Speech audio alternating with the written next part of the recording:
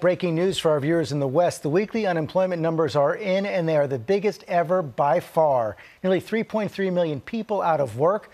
Our chief economic correspondent, Rebecca Jarvis, is tracking the latest. Good morning, Rebecca.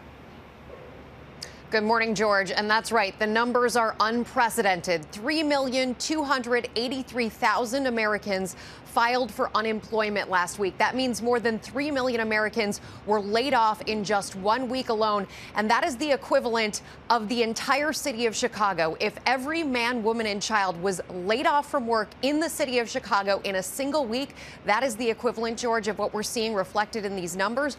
The most optimistic takeaway that you can glean from all of this is that America is following the rules. These shutdowns are working. People are staying from home.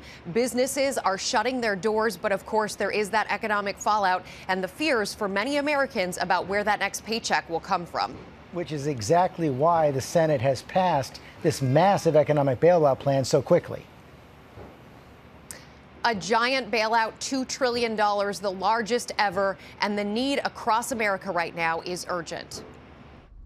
Overnight on Capitol Hill, a unanimous vote in the Senate. The bill is passed.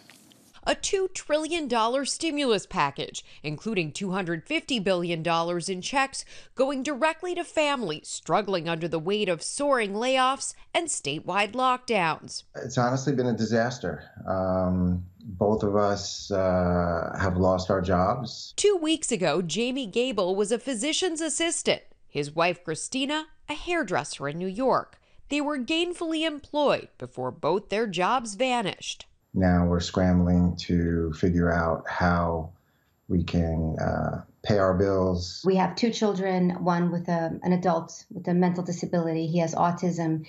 And just what's happening for him is all of his programs shut down. And it's happening across the country. How am I going to make rent? How, bills, student loans. Just the 9 days before this shutdown happened, we made about $32,000. That's kind of our norm in that stretch to zero.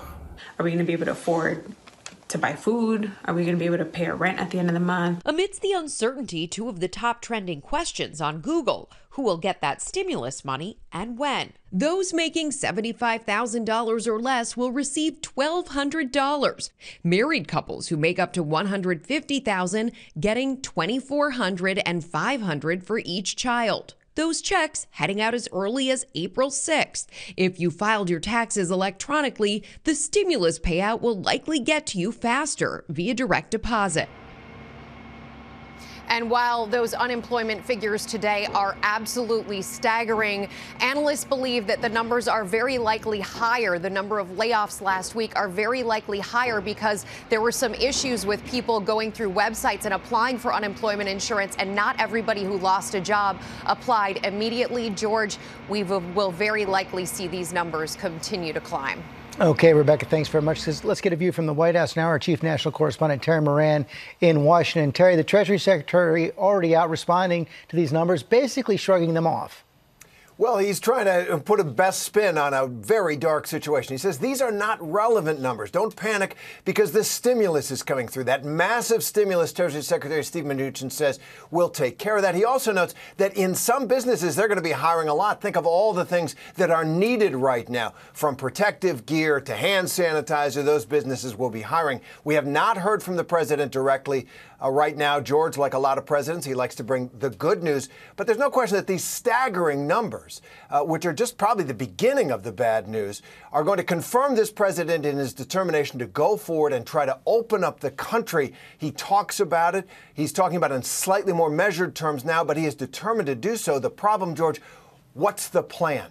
Other countries have talked about a controlled infection regime, keeping older people, vulnerable people isolated, allowing younger people perhaps in different sections of the country to go back to work. The problem is, as we know, this disease does strike younger people, and a very few of them get very sick and die. And we heard from Dr. Fauci last night, who reminded everyone, we don't set the timeline. The president doesn't set the timeline. The virus sets the timeline.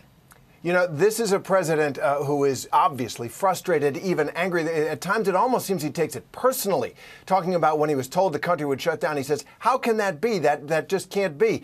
He is a man who has lived his life as a kind of master of the universe. And here he is, George, encountering a moment when the universe is declining to be mastered. But once again, as a businessman and as the president of a country which is in economic freefall, he is determined to go forward, find some way to open up, perhaps with the advice of the public health advisors that he's got, perhaps beyond them.